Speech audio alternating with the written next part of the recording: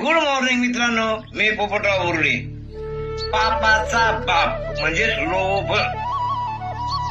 काशीत अनेक वर्षे शास्त्राचे अध्ययन करून एक पंडित आपल्या गावात परततो.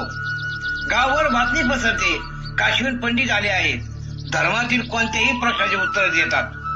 हे ऐकून गावातील एक शेतकरी पंडिताकडे येतो आणि विचारतो, पंडितजी, पापाचा गुरु कोण आहे? पंडितजी, पापाचा गुरु कोण आहे? हा प्रश्न ऐकतात पंडित गोंधळून जातात. धर्माचे गुरु, ज्ञानाचे गुरु ते ऐकले होते, पण पापाचा गुरु असतो?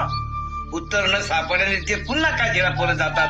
अनेक विद्वानांना भेटतात, अनेक ग्रंथ चालतात, पण उत्तर काही मिळत नाही. एके दिवशी त्यांची भेट एका गणिकेशी म्हणजे वेश्येशी होते. तिच्या विचारानंतर तिने पूर्ण कथा सांगतात तिला.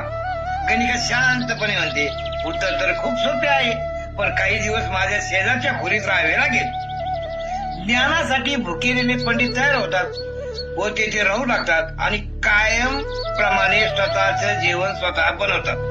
दिवस जातात, उत्तर मात्र मिळत नाही. तो दिवस एक दिवस गणिका म्हणते, आपल्याला स्वतः जेवण बनवताना खूप कष्ट पडत असते. इच्छा असल्यास मी स्नान करून रोज आपल्यासाठी भोजन बनवू शकते. त्या बदल्यात मी तुम्हाला रोज 5 सुवर्ण मुद्रा देईन. सोन्याचे नाव ऐकतात आणि पंडिताच्या मनात द्वंद्व सुरू होते. स्वदिष्ट अन्न अधिक 5 सुवर्ण मुद्रा म्हणजे दोन्ही हातात लाडू. ते ताबडतोब तयार होतात. एक विनंती आहे मात्र, माझ्या खोलीत भोजन आणताना तुला कोणी पाहू नये. पहिला दिवस गणिका स्वदिष्ट पक्वान्न घेऊन येते. पंडित हात वाढवतात आणि अचानक गणिका ताट दूर ओढून घेते. पंडित रागाने ओरडतात, हा काय मूर्खपणा आहे? गणिका शांतपणे हसते आणि म्हणते, हा मूर्खपणा नाही, हीच तुमच्या प्रश्नाची उत्तरे आहेत.